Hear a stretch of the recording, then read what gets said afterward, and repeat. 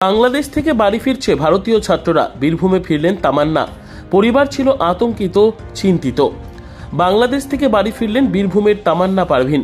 বাংলাদেশের সরকারি চাকরিতে সংরক্ষণ ব্যবস্থার সংরক্ষণের দাবিতে আন্দোলনের ফলে অগ্নিগর্ভ পরিস্থিতির জন্য বাড়ি ফিরে এলেন তামান্না। এখনও আটকে মুরারই গ্রামে ডাক্তারি ছাত্রী সুমনা সুলতানা। তিনি বাংলাদেশের কিশোরগঞ্জের প্রেসিডেন্ট আব্দুল হামিদ মেডিকেল কলেজের চতুর্থ বর্ষের পড়ুয়া। বেশ কয়েকদিন ধরে বাংলাদেশে আন্দোলন চলছে, শতাধিক প্রাণ গিয়েছে, দেশ জুড়ে সেনা নেমেছে, ঘোষিত হয়েছে কারফিউ। তারপরেও অশান্তি থামেনি। যদিও রবিবার বাংলাদেশের সুপ্রিম কোর্ট সংরক্ষণের সংস্কারের পক্ষে রায় দিয়েছেন। কিভাবে সেই সংরক্ষণ হবে তারও রূপরেখা তৈরি করে দিয়েছেন সেই দেশের সর্বোচ্চ আদালত। রায়ে বলা হয়েছে, সরকারি চাকরির ক্ষেত্রে শুধু 7% আসন সংরক্ষিত থাকবে, বাকি 93% আসনের নিয়োগ হবে মেধার ভিত্তিতে। পাশাপাশি আন্দোলনকারী ছাত্রছাত্রীদের শিক্ষা প্রতিষ্ঠানে ফিরে যেতে বলেছেন আদালত। তামান্না কাঞ্চনজঙ্ঘা এক্সপ্রেস বীরভূমের রামপুরহাট স্টেশনে নামেন। তিনি আমাদের জানান, ওই ভয়াবহ পরিস্থিতি কাটিয়ে নিজের বাড়ি ফিরতে পেরে অনেকটাই খুশি সে। পড়াশোনার সূত্রে সে বাংলাদেশের কুমিল্লা গ্রামের ময়নামতি মেডিকেল কলেজে থাকতেন। সেখান থেকে কলেজ কর্তৃপক্ষের সহযোগিতায় আগরতলা বর্ডার পার করে গতকাল কাঞ্চনজঙ্ঘা এক্সপ্রেসে চাপেন, আর তারপরই আজকে তিনি বীরভূমের রামপুরহাটে ফেরেন। তিনি আমাদের আরও জানান, বাংলাদেশ সরকার বাড়ি ফিরতে বলেন বলে তারা বাড়ি ফিরে গিয়েছেন। তবে আগামী দিনে কলেজ খুললে আবার তারা বাংলাদেশ ফিরে যাবেন পড়াশোনার জন্য।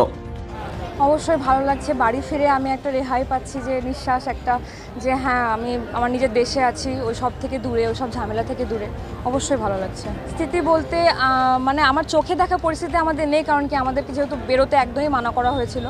তো আমার কানে শোনার যদি পরিস্থিতি বলি, তাহলে মানে স্টুডেন্ট মানছে না, ওখানে ভারতীয় বা বিদেশি কিছু মানছে না। অ্যাটাক করার সময়তে ওরা কিছু শুনছে না, মানে দেখছে না যে ভারতীয় কি বিদেশ, মানে বাংলাদেশে যেটা দেখছে না।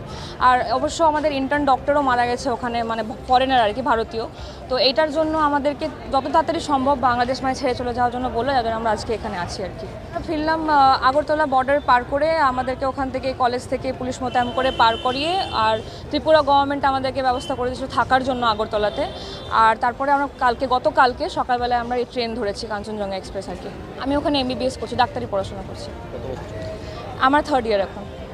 অবশ্যই ফিরে যেতে হবে। এত টাকার ইনভেস্টমেন্ট, আমাদের তো শুধু পড়াশোনা নয়, আমাদের বাবা মা রক্ত ঘাম করে ওখানে টাকার ফিজ দিয়েছে। এবার যদি আমরা না যাই, আমরা এই ফিজ কোনোদিনও ফেরত পাবো না। তো যদি সিচুয়েশান ঠিক হোক আর না হোক, আমাদেরকে ফেরত যেতেই হবে। কলেজ খুললে আমাদেরকে যেতেই হবে পড়াশোনার জন্য।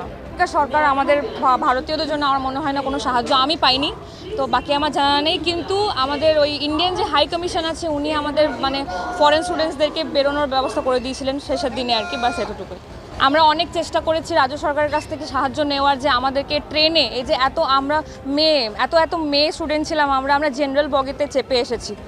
আমাদেরকে জেনারেল বগিতে চেপে অন্তত আমাদেরকে একটু একটা সেফটি দিতে পারতো, আমাদেরকে একটা রিজার্ভেশন কামরায় চাপতে দিতে পারতো। একটা সিট চেয়েছিলাম, 18-20 জন ছিলাম আমরা, কিন্তু আমাদেরকে কোনোরকমভাবে সিট দেওয়া হয়নি। আমরা জেনারেলে কোনোরকম চেপে এসেছি, খুব বাজে অবস্থায়। ওর মধ্যে প্রায় 1 সপ্তাহের ওপর।